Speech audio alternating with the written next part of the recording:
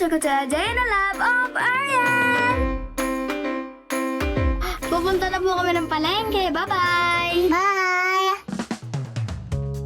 Po yun ang pamili ko. And ngayon, magluluto tayo ng sinigang. Yan guys, gayat na! Okay na tayo.